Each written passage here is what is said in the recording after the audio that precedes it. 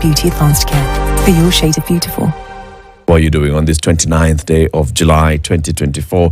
Welcome to the second hour, Kenya's biggest conversation, The Situation Room, live on Spice FM, on KTN Home, on YouTube, on Facebook, on X, on TikTok, everywhere we are, on Radio Garden, across the globe. Karibuni sana. Have you heeded the call by Britam to remove the money from under the mattress or from your pocket or from your wallet and actually just put it somewhere where it grows in value? This is the Britam Money Market or the Britam Smart Yield Fund. Exactly. So imagine the money market fund, 13.5% interest is what you could actually earn on the money that you take out of your sock and put it into this account, right? Mm-hmm. Or you could be at 14% if you put it in the smart yield account and basically watching your money grow as opposed to watching it mold under your mattress. So that's what we're saying, what you can do today. Put your money into a fund whereby Britam activates that for you and you actually see your money become something else in the short term or in the long term. Also here, using the chance to start opening an account and put some money into that account today. Put 1,000 shillings into that account today. Send us a screenshot of what you've done on our socials, any of our socials, in the DM specifically. You could win 5,000 shillings today. CT has the numbers of who you could, ke.britam.com or 0. Well, it's not 0. The SMS number is 21778. That's what I meant. Yes, I'm sure that's what you meant. Yeah. SMS the word SMART to 21778 and you get assistance. They'll call you back. Or if you'd like to invest, you go to ke.britam.com. You'll see Save and Invest as a top tab there. Click on that. It opens up now the options. Select the Britam Money Market or Britam Smart Yield. Click on Start Investing. They bring you a form. Okay, so just give them the details that they're asking for. Okay, and then start saving. When they ask you for a promo code, tell them Spice FM. Okay, don't say, just write Spice FM. Sawa. Okay. Our next conversation is going to be on this system of ours, all right? So the Gen Zs have basically just done what we've been doing, and they've been sitting in our homes and watching us and seeing our frustration and said, something is not right here. I mean, this thing is not working. If it's not working, why don't we just change the whole thing? Get rid of it. Yeah. But is it that it's not working by design, or is it that it's not working just because some things, have not worked well? And that's why we have invited Senator Richard Onyonka from Kisii County to come and be our guest for the next hour. Senator, good morning. Good morning, Latif. How are you doing? Better than you. Better? Clearly. Yes. It's good to have you here. Welcome to the hot seat of the Situation Room. I'm happy to be back home. I have been on sabbatical a little bit. Senate is very busy. It's very, very busy. And essentially it's a matter of running around, but otherwise everything is fine. Okay. Yes. City will welcome you with the day's proverb. This week the proverb is from a landlocked African country. Yes, we'll be looking at landlocked countries. We have been looking at island nations of Africa. Now we're looking at landlocked countries. And we are in the Republic of Burundi, whose capital is Gitega. Bujumbura is just the largest city. And in case you're wondering, they have a population of around 1.8 million people. 1.8 million? No, in Burundi. In the entire country? In the entire country. 1.8 million? Yes. And I know people who live in Kenya and who are Kenyans like thinking of how we have 47 counties. They have provinces, and they're only 18. Okay? Yes, as I mentioned. Okay. Now the proverb, you set the trap after the rat passed. You set the trap after the rat passed. Yes. Senator, what's your interpretation of this proverb? My interpretation, I hope I'm right, is that the reason why that statement is the way it's open-ended is because is actually advising you, make sure you don't set the trap once the rat has left. But in the African context, it leaves you open-ended so that you can use your common sense to decide whether you're going to set up the trap or not. Yes. And TC, I have one, Yes. which is actually very, very, very important for the current situation. Yes. If you see a lion eating grass, don't you think that lion is not a carnivore? The reason why it's eating the grass is because it's saving itself. It's survival mode. It's survival mode. Why? Because when lions eat grass, or even dogs, that's how they kill the worms. Simple. It's medicating. Yes. So when we are telling our brothers in government and some of us that this thing has to be changed, let's eat grass so that we can fix it. That's what it means. Eat grass to save yourselves. Yes.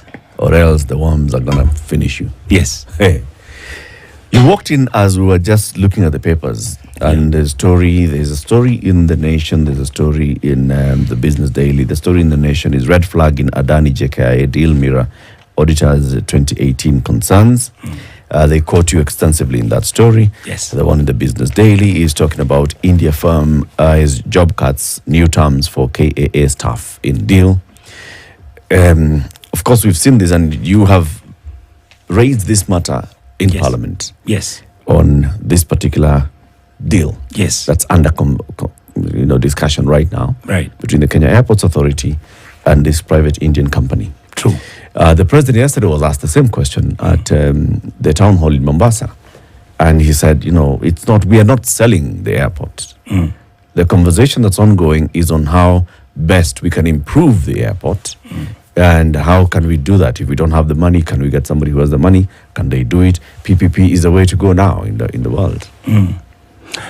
Latif, let me help the president. When you're head of state, you should talk to your people who think sometimes for you. Why is the president commenting about this issue when I've already asked the question, when I've asked for documents? And I've said, what I want him to do is not that whether the airport is being sold or not. Let him just give us the agreement. That's what the law says. There needed to have been public participation. Stakeholders should have been called. The people at the Kenya Airports Authority, some of our Kenyans who are working there, you can see the stories coming out that they're going to lose their jobs.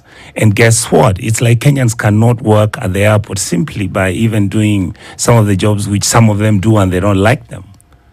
And you're being told that here it is that you're going to take your airport. And by the way, contrary to what the president has said, it's not only JKIA.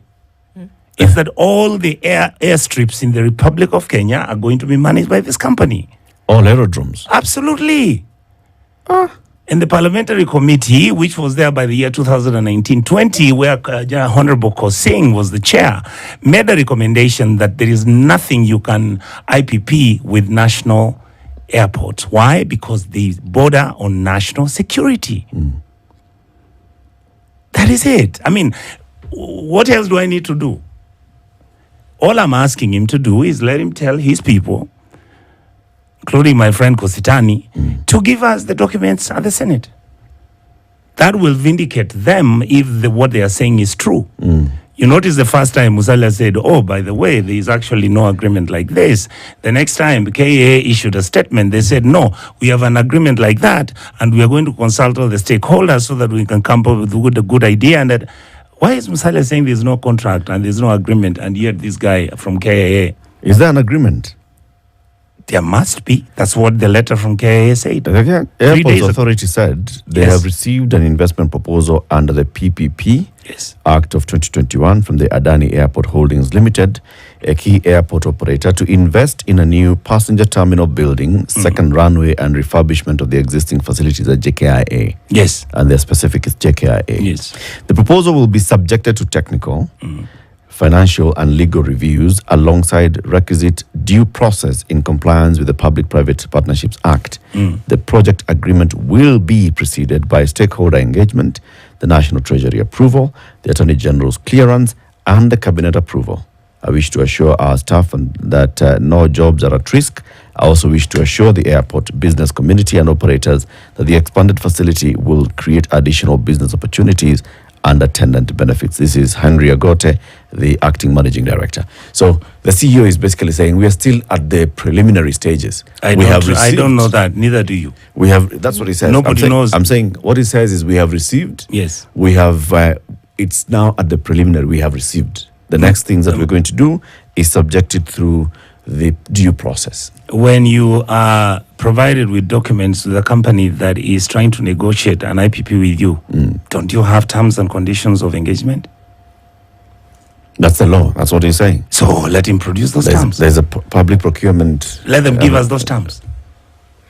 It would appear as though things have actually progressed quite far in this whole discussion. Yes. And we're actually beyond a place where somebody says, oh, look, Kenya has an airport which I think could actually need some help. A solution is being proffered here. Yes.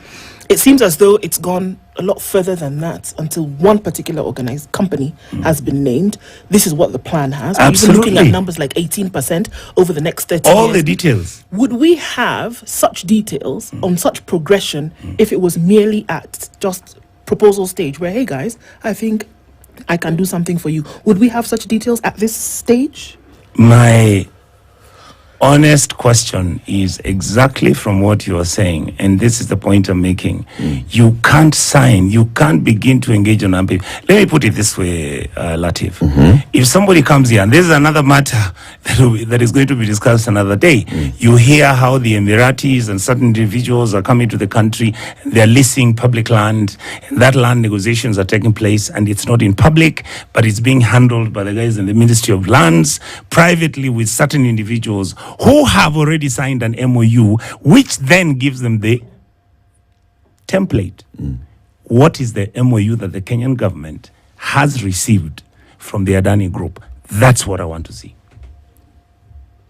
You want to see Tells the proposal that they have submitted. Yeah, absolutely. But I thought I've seen you elsewhere, Senator, saying that you got those documents. Yeah, what I have, I want the government to give me what they have. Okay.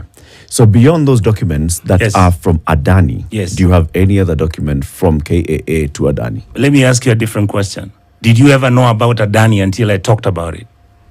Well, yeah, we had. Isn't everybody writing about Adani now? Why are you intending to question me and ask me the questions as if I'm the one who has committed the crime?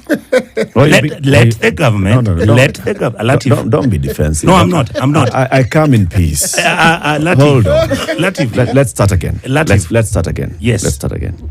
So, there's somebody who blew the whistle. Yes. Using you. Yes. They gave you documents. That's true. From Adani. Yes. And that is their proposal to KAA. Thank you. Okay? So you have that. Yes. Did they also give you any other documents? For example, a response from KAA to Adani saying we are in receipt and we shall discuss, or come next week we meet. Do you have anything? Why would you want me to give you my evidence? I'm asking, do you have? I'm saying, yes, I do. You do have that? Yes, but I will not give it to anybody until the time. You see, what I'm saying, Latif, is this. I don't think the question on this table today is whether Adani exists or not. It did not exist. We have disclosed they exist. We have then raised an issue saying there are certain things and there are certain issues which are about this company called Adani. We then gone further and received more information and realized every single thing Adani has touched is a con game. Everything.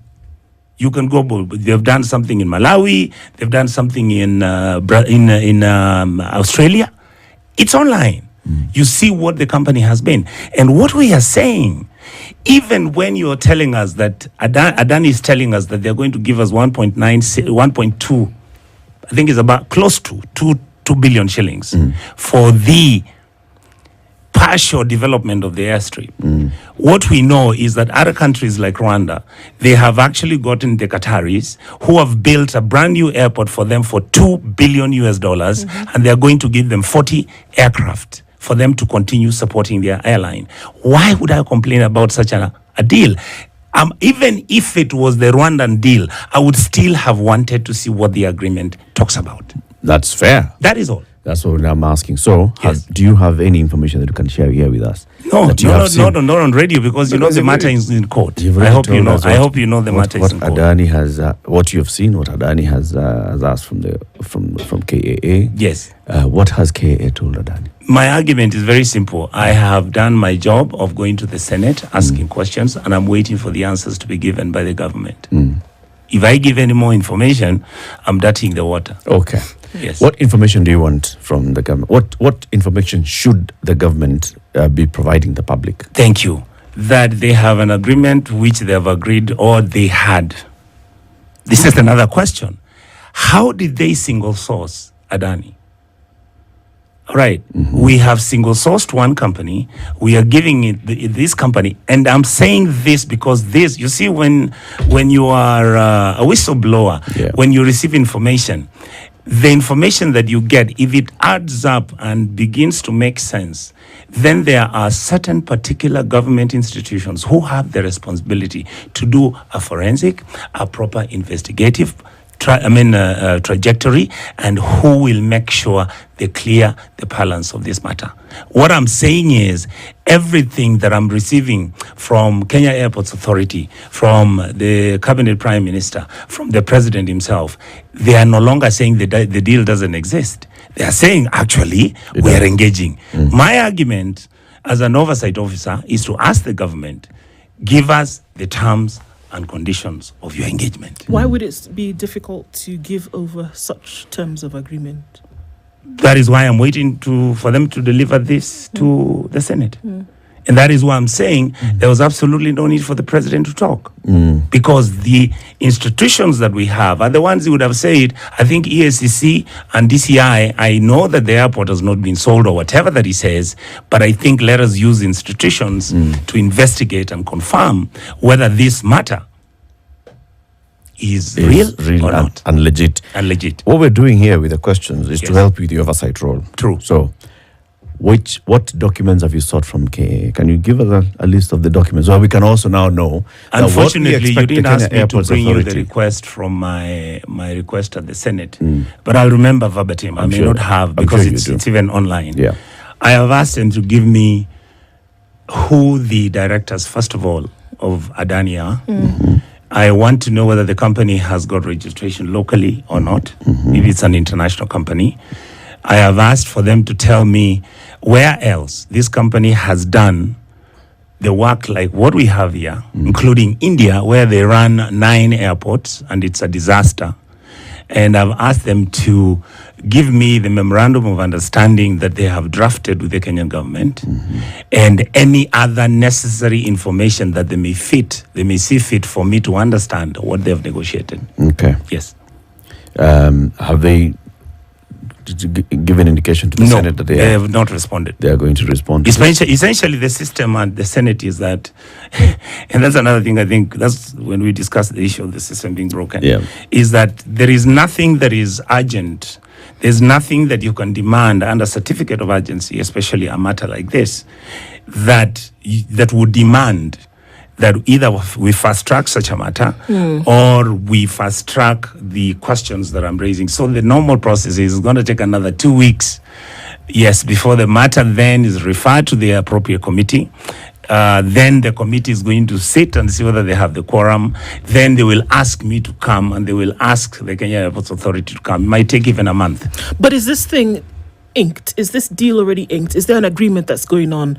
Is the airport, and as you've said here, allegedly in this documentation or whatever the agreement may be, other airstrips, aerodromes in the country. Is it already a done deal? Where are we with all of this? It just seems like there's documentation being requested for, and there could be a lot of other things already happening in the back end. That is my problem. One of the issues is, when I was raising this issue, I had 2 reasons why I was raising it. Issue number 1 was to raise this issue because the public was not aware of it, and to inform the public that there's something going on of national interest, and I think the public needs to know. Number 2, Mko, if I was to give you an answer and say, yes, I know the door, then you tell me, give me the agreement. I don't know. That is why I've asked the question, that I want this information to be brought by the committee so that then we can interrogate the matter to its logical conclusion. If they say there's no agreement like that, then we'll go down and start discussing about the legalese in terms of, has the public been engaged? Have we had public hearings on the matter? Is there any other evidence which we have not considered? I would also love to bring the Adani people. Are you with me? So that they can also tell us what is it that they've been discussing with the Kenyan government. So there is a possibility that all of these processes that you're asking about are actually unfolding. There is a possibility that it's actually... that there will be public hearings, there will be public participation, that there will be, an open a display of said agreement if there is one, and that the proper procedures and processes will actually be followed. The reason why I asked the question is that I didn't believe that we are at that stage. My argument is either agreements, and this is the conviction I have, that certain agreements have been signed, and when these individuals in government realized that we have actually disclosed this information, they then started to pedal. They're saying, we are actually not having this agreement, we are going to follow the law, everything is fine, and that is where we are. And my argument is very simple. I understand the arguments they're making. Give me the evidence on what you have agreed to do with the Adani company. Yes. According to the law, yes, what should happen should a company, yes, say Onyonka and Latif Associates, yes, that builds airports and runs airport facilities, yes, should a company like that come and approach Kenya Airports Authority and say, we see you have a small airstrip called JKIA and we'd like to upgrade it to world status, and we'd like to get into an agreement on that. What should the steps be according to the law in Kenya? Thank you. Very good question. It should have been advertised. Has anybody seen anywhere where it was advertised by the Kenyan government wants to solicit services of a company or an investment firm that wants to spend $2 billion to either renovate, refurbish, or reconstruct an airport in Kenya? Okay, but in this case, yes, from what we're seeing, is that it is Onyonka and Latif that approached Kenya Airports Authority. True. Not that Kenya Airports Authority had put out a tender or an advertisement. No, there is no government transaction that will take place where somebody walks in and said, let's do this. Someone can just come and propose. Absolutely none. If they propose, then the government in itself, through the Ministry of Finance, would actually advertise that. So that, Latif, what is public interest? Transparency. So that transparency is there, so that the public knows that we are now giving out our airports. Okay. After that process, then companies will come. It's exactly the same way I'm giving you the case for Rwanda. How can Rwanda negotiate an agreement where the Qatari government, and you remember the story about government to government? This is now the beauty of government to government. The Qatari government negotiates with the Rwandese government. They are being built an airport, a brand new airport for $2 billion. I'm told it's an incredible facility. What does then the Qatari government do? In the negotiations with the Rwandese government, they then agree that they are actually going in the deal to supply the Rwandese government with 40 new planes so that Rwanda can capture the African market. The software of that agreement, I don't have it because I'm not Rwandese. What I'm saying is the software that I'm asking for from the government of Kenya vis-a-vis our relationship with Adani is what I'm asking for. What is it that you have negotiated, and what is the fine print? As an interested party, as a Kenyan, and for the public, shouldn't the public know what we have negotiated? Okay. Shouldn't the workers who are working at these airports know that their jobs are at stake? Shouldn't we know that when these people come, do they also take over the duty-free facilities? Do they run the taxis which are running from the airport? Do they then bring their employees and put them there and chase out all the Kenyans who are working? All those things need I to be believe clear. these are national So the steps, interest again, matter. first of all, advertise and go to the public and say, we are considering the expansion of JKIA. Absolutely. And we are seeking interested parties. Yes, then various individuals and we will are come. There will closing be a this thing in public 2 hearing weeks. on the matter, Okay. and they will deliberate on that publicly. And then after that, there will be, with the committee that is sitting on those hearings, they'll write a recommendation as to whether we can proceed with this matter or not. And none After of that, if the public hearings make a recommendation, that is the ideal situation. that we can proceed and build this, then what happens naturally? The ministry now says we have now again made a request that the companies that we are asking for, this is what we want, this is what we want, and there will be like 50 or 30 companies that are coming. And of course, the law says you pick the one that is going to do the facility and cheapest and all the other things that matter. And Richard, this is the Public-Private Partnership Act, Yes. 2021. True. That is being quoted. Yes. That's a process that is required. That is a process. That needs to be followed. That is what the MD of KIA was talking about. He was giving a narrative about what has not happened. The question I'm raising is, what if it has happened? Okay. Yes. 28 minutes to 8. Our guest this morning is the Senator for Kisii County, Richard Onyonka. He's our guest this morning. Why government systems in Kenya are designed to fail. And we're using the example of what's currently hot in the public domain, the matter that he has raised in Parliament. This proposed public-private partnership between the Kenya Airports Authority and Adani. Good morning. This is the Situation Room, the only way to start your day. Get ready for incredible savings with our special factory prices on all tile profiles. Enjoy unbeatable discounts on our Gauge 28 matte, Gauge 30 matte finish, and glossy Gauge 30 tiles.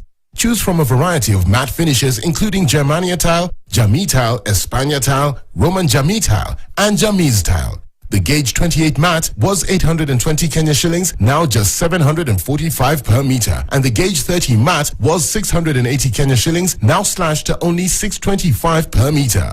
And that's not all. Our box Jami tile, previously 575, is now only 499 Kenya shillings per meter. Don't miss out on this limited time offer. Visit our factory outlets in Kitengela or Meru, or place your order today by calling 0729 628 199 or 0740 229 609. Rhino Mabati. Do it best on top. Nivea Pearl and Beauty Deodorant. The perfect balance of 48-hour protection and care for soft, smooth, and beautiful underarms. Try our new Pearl and Beauty Black Pearl for smooth and perfumed underarms.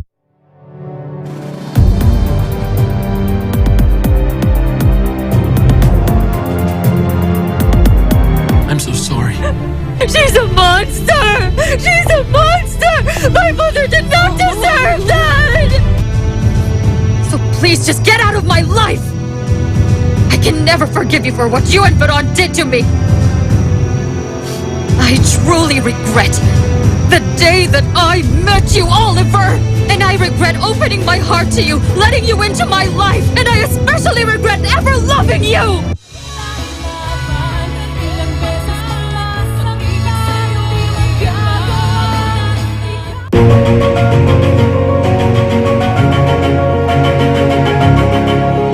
This House prefers a government where the President appoints cabinet secretaries or ministers based on meritocracy over patronage. The indirect mandate offered to cabinet secretaries without conflicting political ideals. This looks like in their service, it is based on the power given to them by their people. You're having opposition party criticizing you and saying how these things are bad to such an extent that you cannot even implement what you think is the goodwill of the people. We may agree that you have won the seats in parliament, but to the extent that you also get the majority in cabinet, it means these are two arms of government that can necessarily abuse any level of power. You can have a CS in the Ministry of Youth Affairs who does not have skills in youth affairs. You can have all of this happening, provided that they are academically qualified.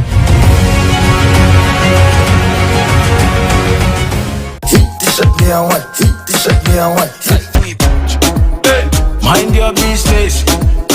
Missing a no man away. Lazima niongeze bidii, lazima niongeze bidii.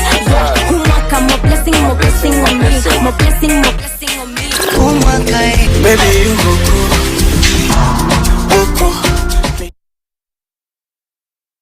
Onyonka, on just holding the government accountable, and you're saying you've asked for all this information.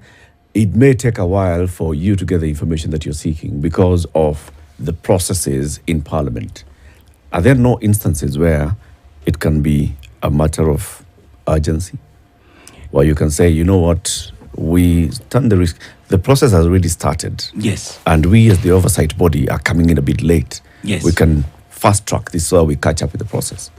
To be honest with you, it's a catch-22 we are in. Because again, if the fear, and that comes under the standing orders, if the fear that I think when we were drafting the standing orders for the Senate, is that if you create a scenario where critical matters are going to be raised in terms of certificate of urgency. I mean, this is a national. So you remember when we had floods? Yep.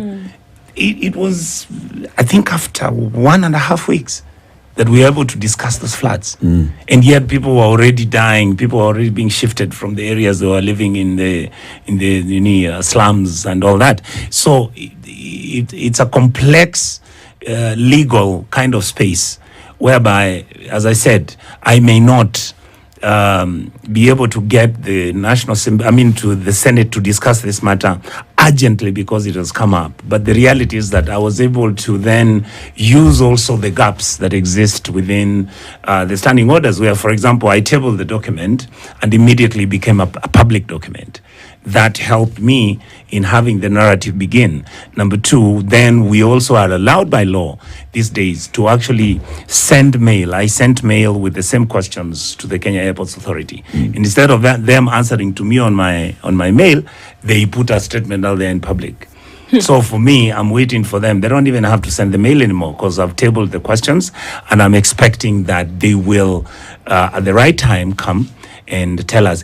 If they tell us that they have been talking with these guys, maybe some places where they play golf and nothing was discussed, money wasn't discussed and everything. Latif, I would say hallelujah. Our airports are there. And they're safe.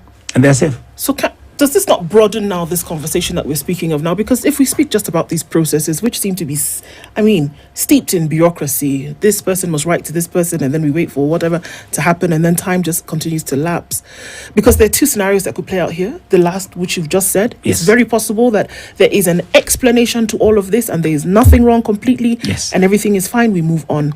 Or the other reality, the possibility that there's actually a deal that has gone on and nobody is any wiser. And that there is a possibility that there is this company and is doing 1, 2, 3. But again, if we broaden this conversation, does it now, just when we talk about systems of government, it seems as though the system is intentionally designed to eat itself. That the stomach juices are there to consume itself, whereby you're asking for proper governance of things, but the very procedures within which it is crafted make it so difficult to play out good governance. How do you do that if I have to wait for an odd month or two for a simple answer to be given, within which time anything could go wrong? You are asking the question I wish I was asking. I want to say this, and I've said it before. Latif, we have a country that has the hardware looks normal. If you drive through our roads, we'll complain about how we have potholes and everything. But if you drive from here and you're going to Nakuru, you'll go through Naivasha, you'll see people building things, you'll see there are hotels there, you'll see a few tourists walking around. You drive to Nakuru, you'll see Nakuru is growing, it's developing. When you hit Kisumu, you notice that Governor Nyang has made the place clean. Kisumu now looks... The hardware is okay. What it has taken me, and this is why I tell people, I am not saying this because I think I am better or because I think I am more moral than anybody else. I joined the Senate.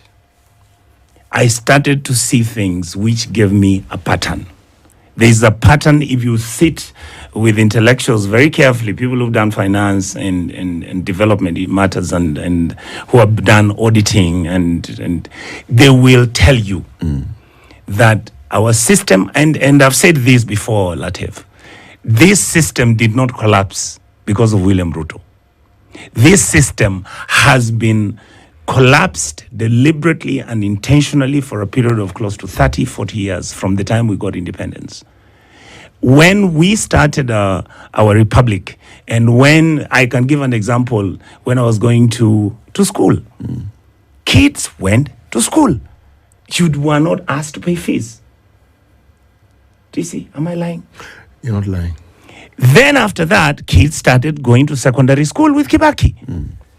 And they were going to school. Then, at some point, I started noticing that you are having kids who are leaving primary school, going to secondary school, and by the time we go to university, you all of a sudden notice that there is something that is not working. There's something that is wrong.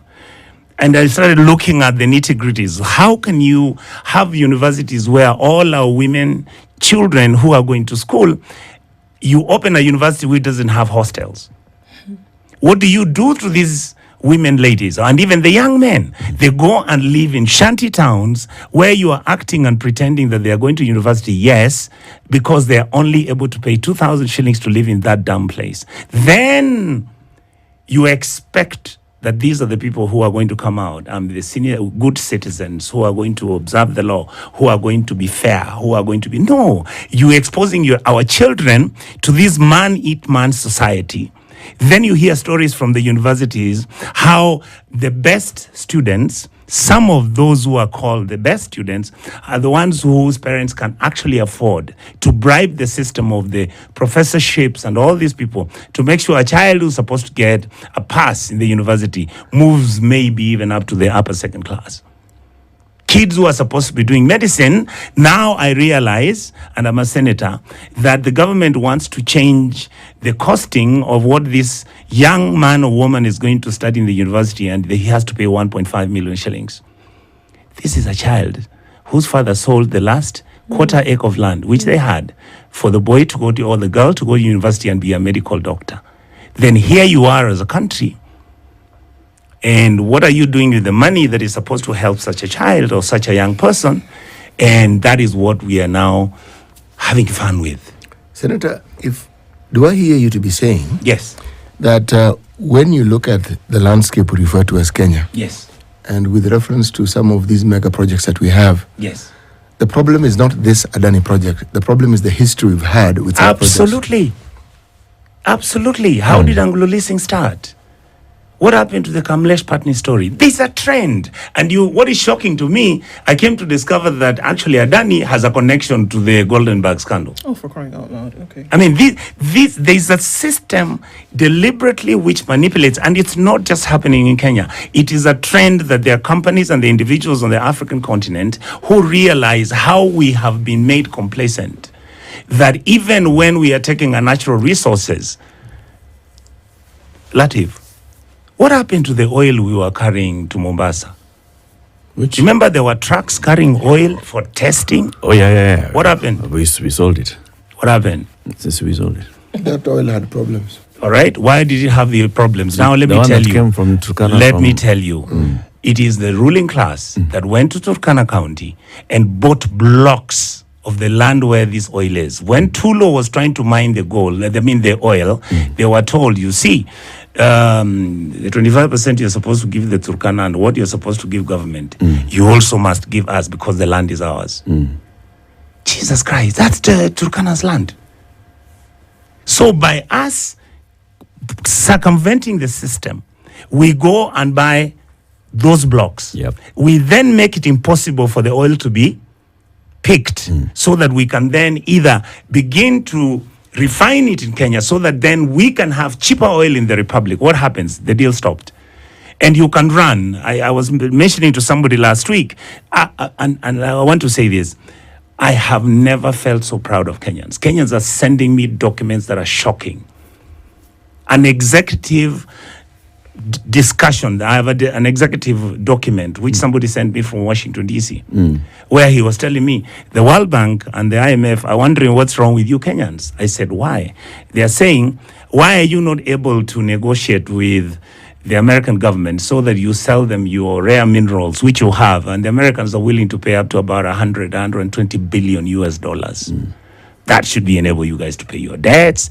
That should be able to have your free education and everything. And I said, which minerals did you say?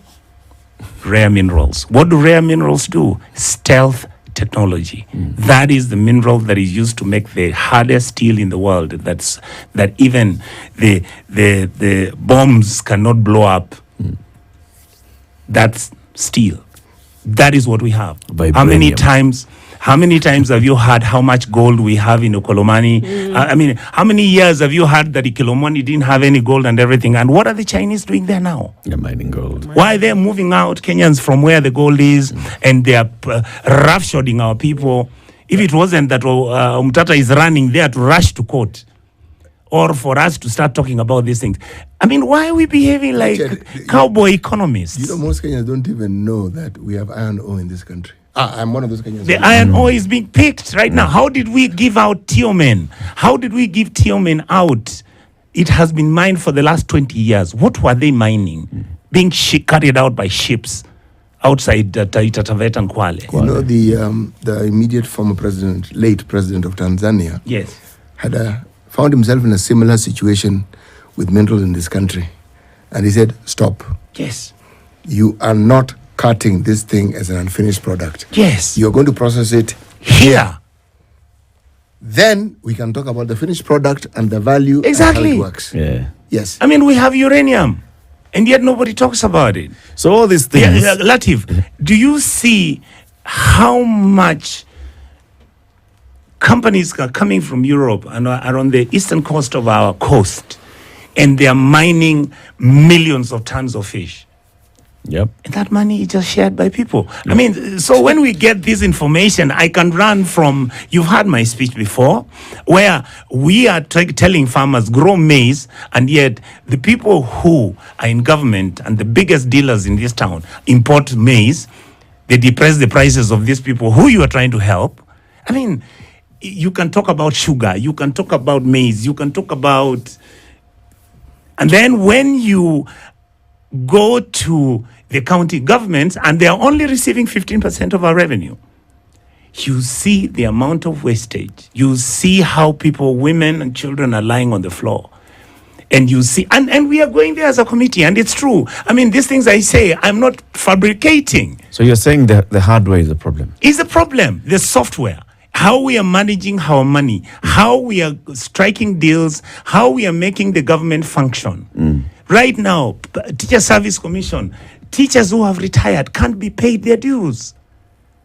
Can you imagine somebody who's retired for the last 6 years, they're not gotten their dues? How are they being paid now? Now they have to go and bribe some individuals at TSC to fasten so that they can get their compensation. So the file can go up the...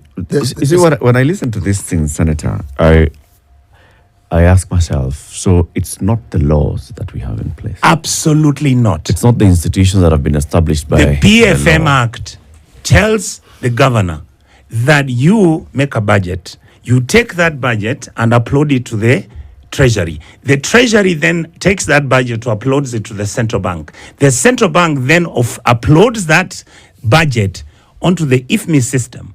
The IFMI system, then it's the one which is the guardrail, which is supposed to wait the money that you've budgeted for, including the jobs which are being done, including the medicines you're buying, comes in. And once you've tendered, the company that wins the tender is the one you enter into the IFMI system. So that then they get paid once they supply. So what did we do? We collapsed the IFMI system.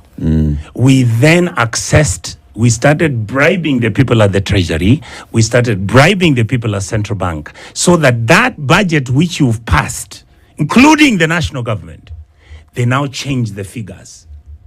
That is why in the audit reports that we receive as the CPAC committee, you have a county government which is voiding, which is not paying. You see, the IFMI system asks, we have opened the system. Like right now, it's open. There are people who you have brought onto the list and they're being paid.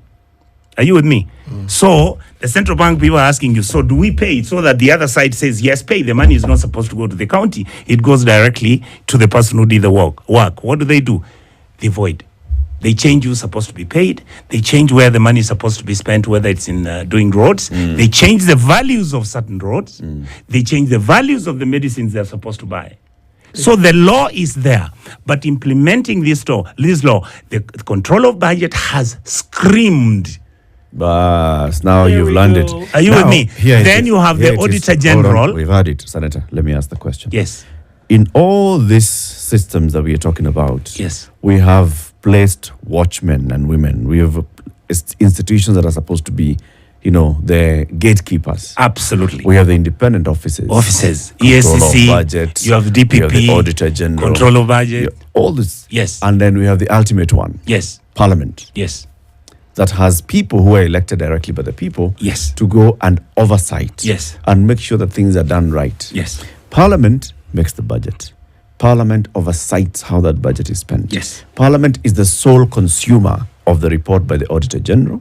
Parliament is the sole primary consumer of the report by the Controller of Budget. Yes. When the Controller of Budget has been screaming, when the Auditor General has been screaming, they have been trying to get the attention of Parliament. Yes. And yet Parliament has not done much Thank you. to respond to this. But suddenly now we are seeing parliamentarians such as yourself, a very seasoned parliamentarian. Yes.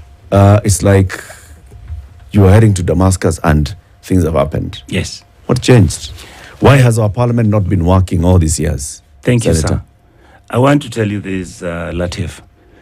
Honestly speaking, people like me have been seeing what has been going on, and we decided we will not talk about it because it was convenient for us. It is convenient that I am able to be a member of parliament.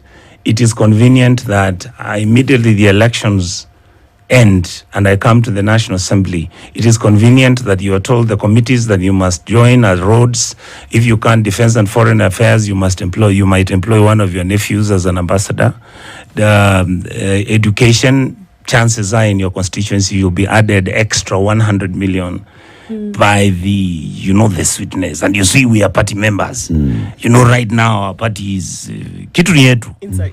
And I really have to be sorry to my leader, Honorable Gashawa, because he is the latest convertee to this message.